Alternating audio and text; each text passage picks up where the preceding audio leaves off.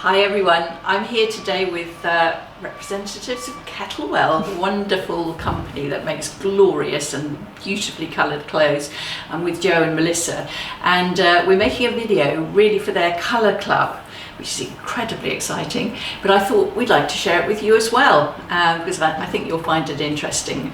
It's all about that subject that's dear to all of our hearts, which is how to wear the right colour and look amazing.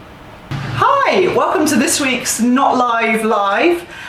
We're actually recording this one in advance because we've been lucky enough to come up to the offices of Look Fabulous Forever in London. We're joined by Tricia, who's the founder of Look Fabulous Forever, and we're going to be talking all about makeup and colour. I think that's, talking about how that whole jigsaw puzzle goes together, how the importance of makeup in the right colours and clothes in the right colours, and how the whole thing kind of builds on itself, doesn't it? Both of those things are really important independently, but how it can be even more powerful when we bring all that together. And Tricia, you've got to tell us a little bit about, what brought you to this point. I think just before we kind of get stuck into making over Melissa, who's patiently waiting. I'm looking forward to it. Absolutely. Well, my story is that at 65, I was semi-retired and wondering what to do with the rest of my life. I kept thinking, I could live for another 30 years. What am I going to do? And I've always loved makeup. I've always loved business. And I kind of put the two together, knowing nothing about the cosmetics industry. I need to stress that. So it's that's amazing. Yeah, I had no background in it whatsoever, apart from slapping it on my face every day and really loving the effect of it. So I googled cosmetic manufacturers, and it was completely as mad as that, and I found somebody who didn't laugh in my face, who thought it was a good idea and made some products for me. The reason I thought I would like to sort of take on the beauty industry, which is kind of what I did, was because I really hated the way that at 65 they could only have a conversation with me about anti-aging, which I thought was quite insulting. And also that actually they didn't ever talk to me about makeup and being beautiful. They could only talk to me about skincare as a 65-year-old. So, if you look at advertising to a woman of my age, it's always about repairing damage, reversing the clock, turning back time. And I kept thinking, well, I don't want to do any of those things. I just want some lovely makeup, beautifully formulated to work with my skin as it is now, not as it was when it was 30. And that's really that whole philosophy around celebrating age and makeup and beauty for older women really informed everything that I've done at the time and since. And so that's what we're all about. That's amazing. We actually didn't discuss this before we came live. I just said to Tricia, I'll just ask you about what brought you here. That's fascinating, and I love your approach of just being about, let's celebrate now. Let's not try. You're right, because everything, once you're past about 23, isn't it? Everything is about how do you go backwards? How do you reverse what's happened to you? How do you take away your life? And actually, I really love that idea of just going, well, actually, no, I just want to really enjoy where I am now and and enjoy makeup now in the same way I did when I was 23. I don't need something, I just need something that works for my skin. Yeah. And what I've learned from you, Tricia, over the years, it's that prep, isn't it? It's really making your skin look moisturised before you start the makeup, and that's a top tip that I learned from you last time we got together. Yeah, I mean, makeup will only look as good as the canvas onto which you're going to apply it. And the canvas is obviously your skin. Clearly, older skin looks different, acts differently, and feels different from younger skin. So to a certain extent, to get that canvas right, you have to do some of the compensating that you need to do to restore moisture, smoothness, all those things that a younger skin has got.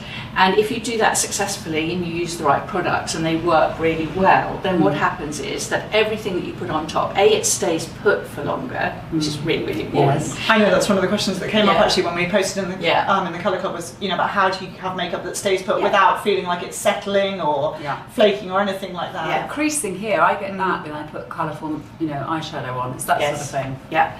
So all of those things that you just talked about, the sort of problems, can be overcome if you're using the right products, applied in the right way, and basically you're getting, as I said, the prep, this getting your face ready to look amazing once you've put the makeup on. So let's talk about that. Yeah. So obviously the first thing, and we all know this, is that older skins are very thirsty.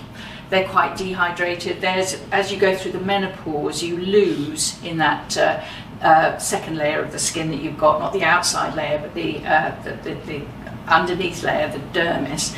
You actually lose collagen, elastin, and quite a lot of the, you've got fewer hormones floating around in your body, and that all leads to some of the visible signs that you have on your face as you get older.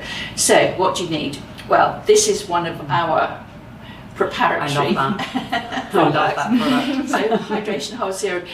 This is full of something called hyaluronic acid, which has been known for years is a very important lubricant in things like your joints and so on and so forth. And hyaluronic acid naturally occurring in the body, and what it does, it holds its own weight in water times 1,000. I haven't explained that very well. Basically, it's like a sponge on your face. And right, so it actually holds the moisture, still stays on your face. Okay. In the skin for a very long time. It's one of the best products that has been shown to do this successfully. So ours is very rich in hyaluronic acid. What you do is you put this on, not a huge amount, you don't need very much of it, but it forms, imagine it forming like a very, very thin and super, super effective sponge on your face, to then apply this, which is our lovely, rich, vitamin-rich day cream. Oh, okay. So I don't think I was putting that underneath my cream. I think I might put it the wrong way around. So it's important to get that on first. Serum first. Serum first, then this. that. Yeah. Yes. So you put this on the skin, and I would then say leave a little while, because what happens if you keep layering on to your skin? You know, you put serum on, then you put moisturizer. I'm going to show you our primer in a minute, and then you're going to put foundation on, and you're going to put, you're building these layers. Your skin needs time to absorb them. I've certainly found that. I know when I put, because I've actually got quite dry skin, I'll put loads and loads of moisturizer on, and then if I'm in a rush and go straight and put my makeup on, really I'm just wiping the whole lot off again. It's all sort of going, it slides off. Yes. And it is one of the problems that you have if you're not careful. You do put all these products on, but they just can't stay put. You know, they literally slide around. And what you just said there, Joe, I'm going to pick you up on that, because you said I've got really, really dry skin, so I feel I need to put lots and lots of moisture on. You don't. Those two things don't go together. I get that you stand there and think, oh God, I'm so dry, slap. Actually, if you've got the right moisturiser, really rich in all the ingredients it needs to be rich in, you don't need very much of it. Okay. And the fact that you put more on will not work better. Okay, so actually it's something richer. So I say so put less on. Yeah.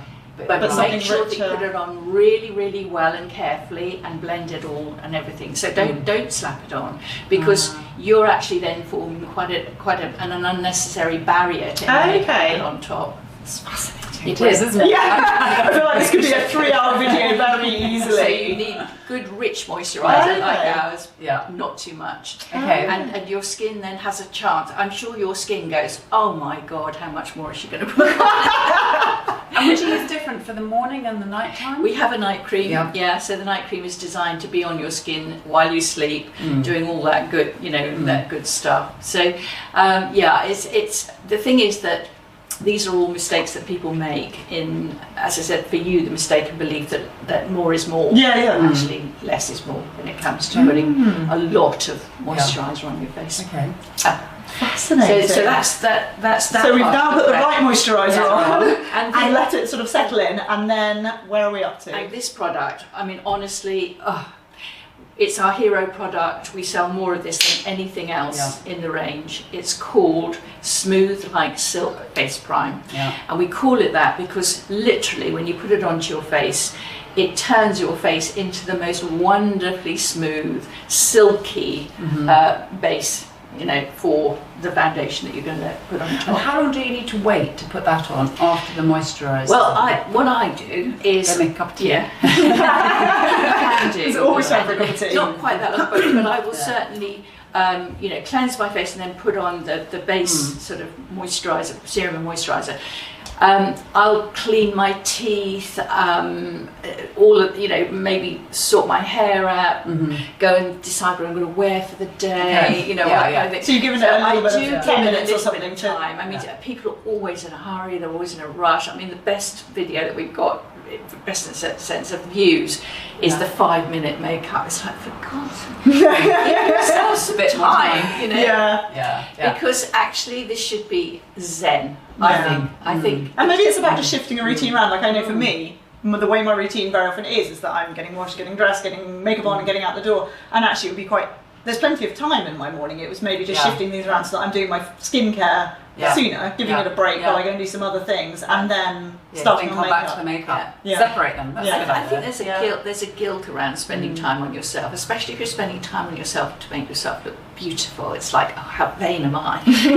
How self-obsessed am I to be spending on something? It's not. This is self-care. It's it's making sure that you feel good for the rest of the day, and actually do it once, do it right. Forget about it.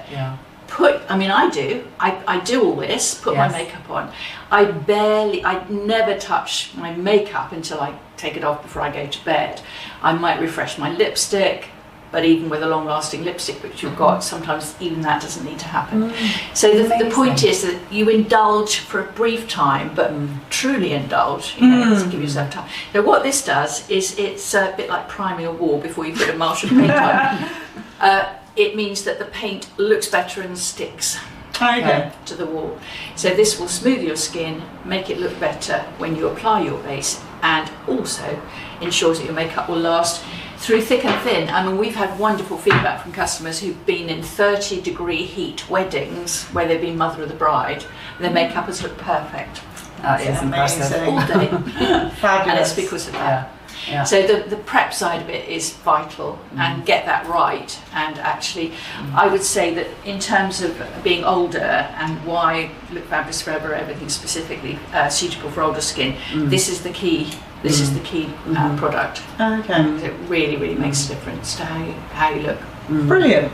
Okay, well, shall we get started with making over Melissa, who sat here very patiently waiting. Let's get stuck in, and you can talk us through the get some products on, and then I know you'll talk us through once we've got a little bit on her face, and you can chat us through a little bit more about each stage of the process. Absolutely, let's do that.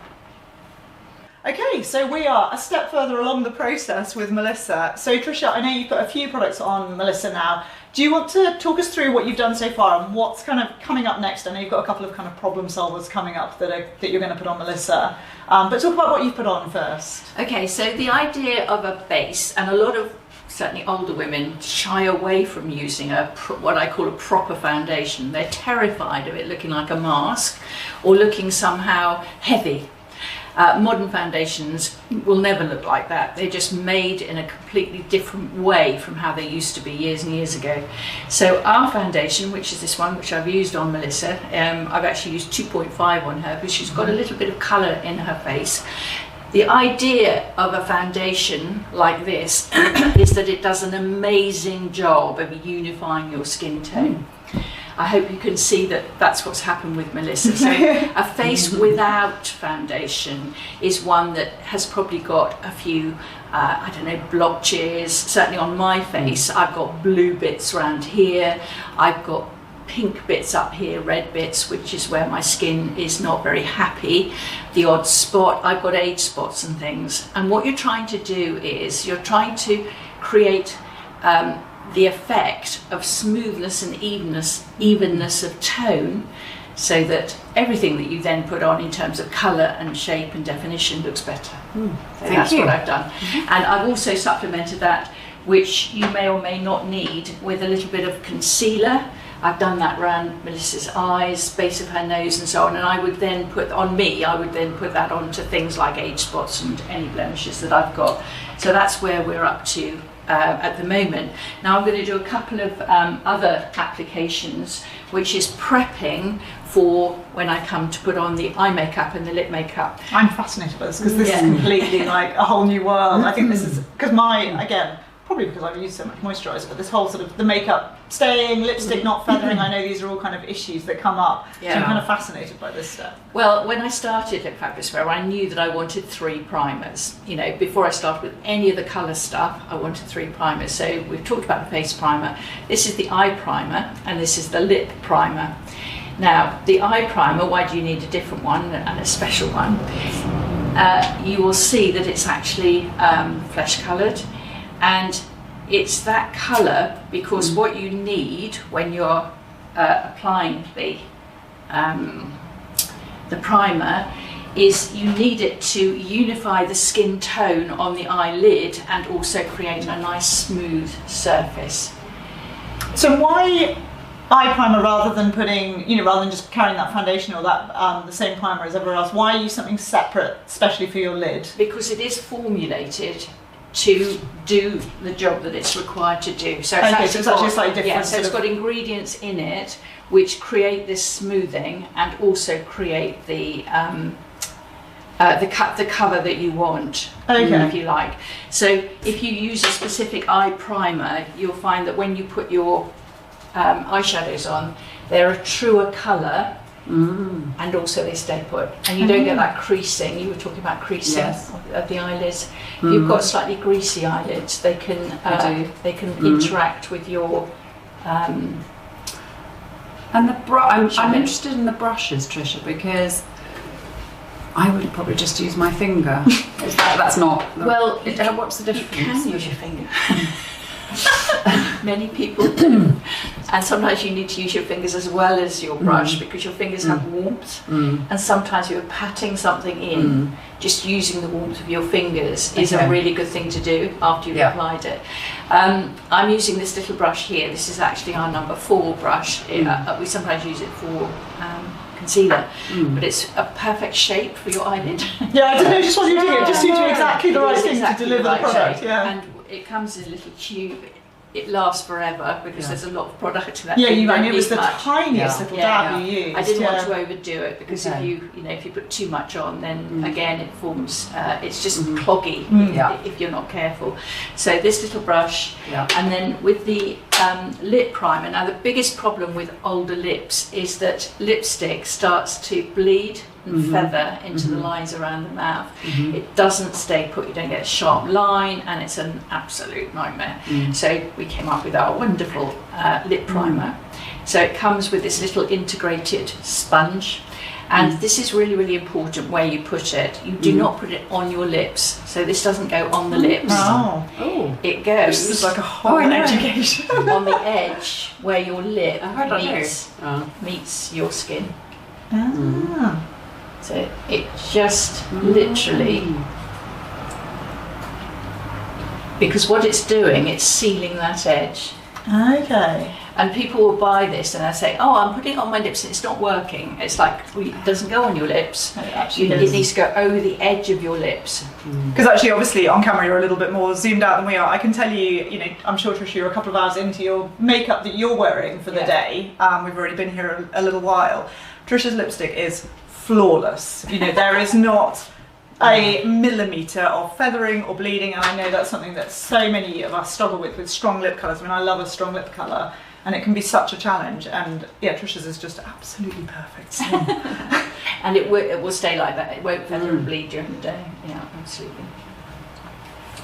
So just pat that in and then leave it to dry, and I'm going to get on with other things, so that's really ready for when I apply the lipstick. That does feel better actually, because I went for a sort of windy walk at the weekend. I had quite sore lips. Already feels. Yeah, we've actually got lip balms, and we've got coloured lip balms. Go for a windy walk. You put a slightly. We've got a neutral toned one that will suit most people. Pop some of that on. You'll still look like you've got lipstick on, but it's doing that protective effect. Yeah, we sell lots of those because we've got dog walkers. People that get up in the morning and they don't want to put their makeup on perhaps before they take the dog. But it's just a little bit. But it just a little bit of colour and protection. That's nice. Brilliant. Yeah, love that. Okay. So we're gonna come off camera for a minute, put some eye makeup on Melissa. Is that what's going to come next? And then we'll chat a little bit more about the colours we put on, I suppose, when we've done that. Because we're getting onto the colourful bit of the blank canvas of Melissa. So I've just been doing some lovely eye makeup on Melissa. I always look at a face and think about how much weight of eye makeup the face can actually carry.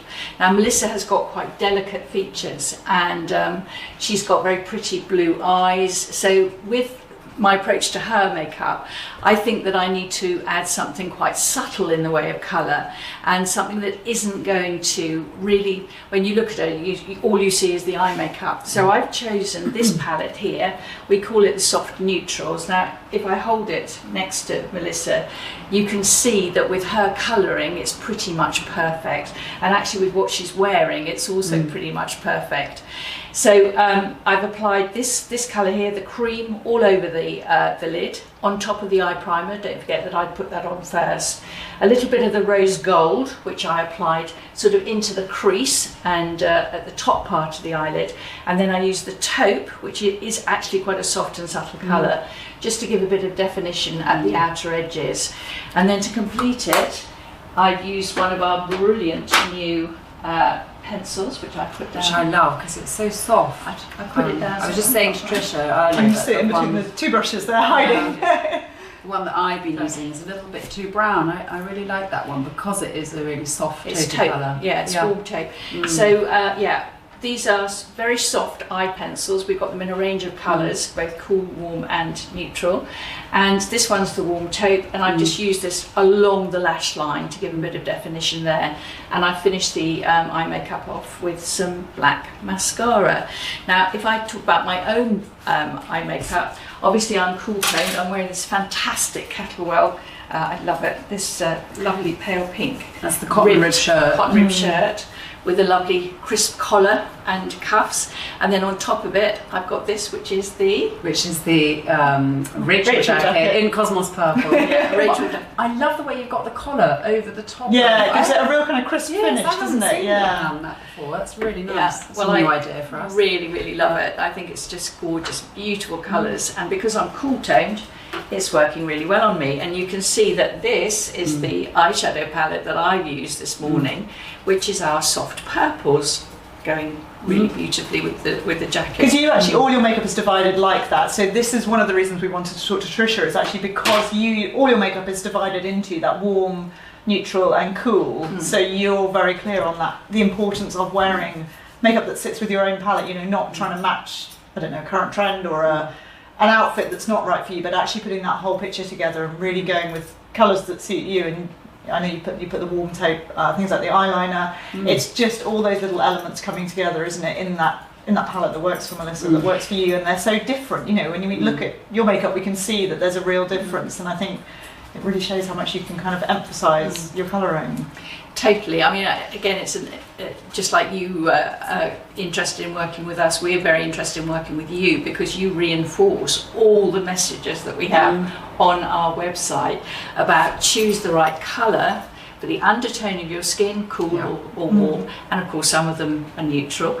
And the difference that it makes to your face is phenomenal. And we're going to see that more now, because the colours that I'm now going to apply to Melissa to finish the makeup are the blusher and the lipstick. And actually these are the times in a makeover when the whole face really comes to life. And if you've got the right eye makeup on, the definition of the eye makeup will start to be more noticeable and will come to life more once you've applied the blusher and the lipstick. And that's what we're going to do now. Okay, so we come to what I think is the more exciting part of the makeover. It's the bit that I always enjoy most. And I think I enjoy it most when I'm doing my own makeup, because it's about adding colour to the face. And the two places that we add colour, obviously we can do that at the eyes, but the two places where it really makes a difference and packs a punch is with blusher and lipstick. And so that's what I'm going to apply now. So the blusher that I've chosen for Melissa is Coral Pop. It's you Sounds like a very appropriate name. That's so mean. I love Coral Pop. Absolutely. And so And is your blusher a powder blusher or a cream? No, it's a cream to powder formulation, which is a really good question. So what is a cream to powder formulation? It's got the best of both worlds. So a cream is quite easy to apply because you can spread it and move it around. And a powder formulation you can brush on and blend more easily. So cream tends to stay put. Now once you put it on, it sticks. You can't blend it very well. A powder, you can't. It's often quite difficult to build the colour successfully. But if you've got a cream to powder formulation, it goes on as a cream, and then you can brush it. So you've got the the best of all possible worlds. Something that actually came up while we were off camera trying to make sure we were ready for our next step.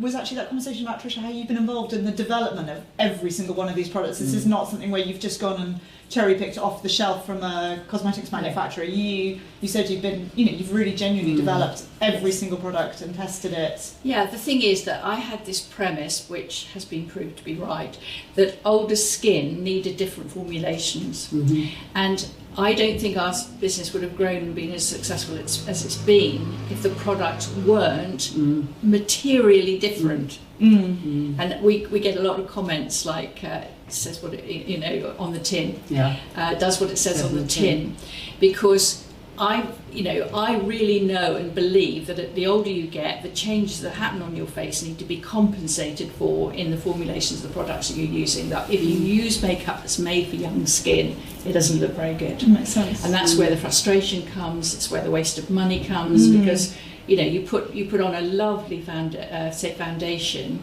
that promises God knows what, but it's made for a perfectly smooth, beautifully moisturised, healthy, vibrant 20-year-old skin. How can that work on a 75? I know I'm 75. How can that work on a 75-year-old face?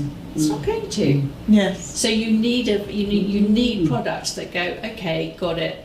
This skin, this is how I can best complement the skin. Anyway, so when you apply your blusher, go from the centre of the eye until you find the sort of the part of the cheekbone which you want to draw attention to and to highlight. So, and then I would say pull that colour up. There's always a lifting effect with blusher to the hairline level with the eye. Think of it as a teardrop on its side. So it's circular here and then it goes up to a point here. Okay? You see the effect of that on one side? Very pretty. And then same thing the other side, centre of the eye, find the circular bit of the teardrop, and then lift it up. I love that idea of kind of that everything's lifting and sweeping upwards. There's nothing's pulling down, or and it feels less sort of focus on sort of sculpting or contouring. It's about kind of lifting and brightening and. That's a lovely intention. No, you're not sculpting with this. You're lifting, and you're also. I think the effect of blusher on an older face to make it look healthier, because a healthy skin has usually got a little bit of a pink glow to it, and I really think that makes a massive difference and just looks so pretty. And Melissa's got no idea because we have no mirror behind the camera. We could be painting anything on you. But we'll keep you in suspense until Tricia's finished. And now we use Coral Pop as the colour for Melissa's cheeks, and we're going to use Coral as the colour for her lips. In fact, we've been very cheeky and we've actually borrowed Melissa's own lipstick, which is Coral, because she just because so many people have asked me. I often use this in the product videos, and I've been asked on many occasions, what's the colour that I use? And this is it. It's the Coral. You call it True Coral? Did you say? Yeah, True Coral. I think actually we dropped the True when we actually launched it. I think that was the colour that we. That we called it True Coral, because if you are the colouring that Melissa is, then obviously, and remember we've done the lip primer some time ago, so we know that her lips are ready to have this colour applied and it's not going to feather or bleed into the lines around her mouth. Not that she's got many lines around her mouth. So, and do you always recommend applying lipstick with a brush or straight from the tube? Does it make a difference? If you've prepped and primed, does the application of it still matter? I would say for a special occasion, if I'm going out in the evening, I would use a brush. Okay. Because I'll take a bit of extra time, a bit of extra trouble, and you get a really, really sharp line with a brush. Okay. Although we now sell lip liners, and you can do the same with a lip liner. But for every day, honestly, I just grab it. Yeah. I think, counsel of perfection. You would wear a makeup artist will always use a brush because they can apply it much more precisely and so on. But actually, don't need to brush. There we go. I'm just going to need a little bit more on the bottom because what you did as soon as I applied it was took some off the bottom to apply it to the top. You don't need to do that. I'm going to put it on the top and the bottom, so you more or less removed your lipstick from the bottom. So I'm just going to put some more in there. Don't. Okay. We always have a running joke in the office actually that if Melissa puts on lipstick, it's gone within about a minute and a half. Stay still. Okay. There we go. Really pretty, and it's that really fresh, bright coral that you always go to for videos, isn't it? And I think that this is the moment that the face comes to life. And as I said, the eye makeup that I applied, which didn't look very